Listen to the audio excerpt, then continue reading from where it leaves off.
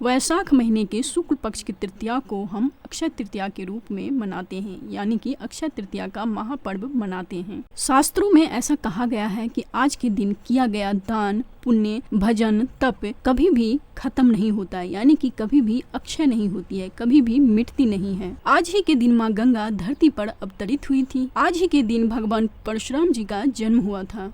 गोस्वामी तुलसीदास जी रामचरितमानस में लिखते हैं कि बड़े भागस से मानव तन पावा।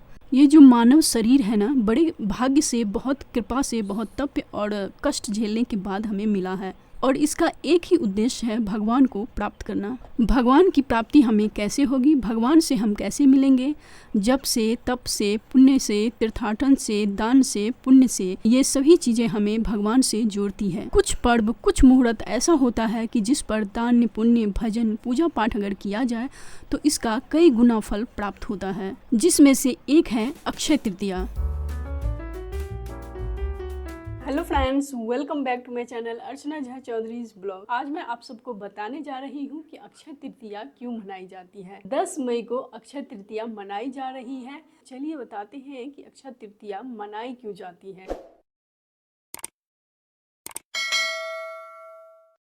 अक्षय तृतीया एक विशेष दिन है जिसे अक्षय समूह के लिए जाना जाता है। ऐसा माना जाता है कि इस दिन कोई भी वस्तु, सोना, चांदी, वस्त्र, ऐसी चीजें खरीदने से घर में समृद्धि होती है।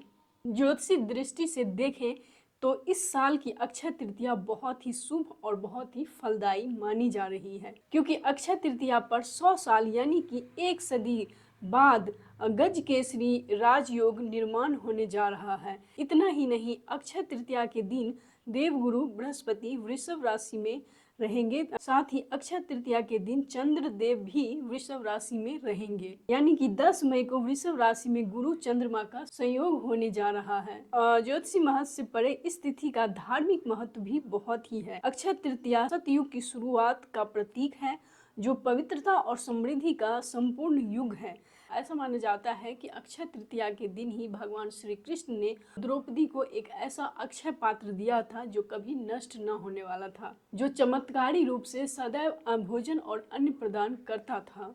अक्षय तृतीया के दिन ही देवी अन्नपूर्णा का जन्म हुआ था। इसीलिए अक्षय तृतीया को कोई भी शुभ कार्य शुरू करने का एक शुभ मुहूर्त माना जाता है। इस दिन आप संपत्ति खरीद सकते हैं, मकान खरीद सकते हैं, गृह प्रवेश कर सकते हैं, शादी ब्याह का भी योग होता है, और सोना, चांदी, वस्त्र खरीदना बहुत ही शुभ माना जाता है। इतना ही नहीं, सिर्फ खरीदना ही नहीं, इस पर दान पुण्य भी करना चाहिए।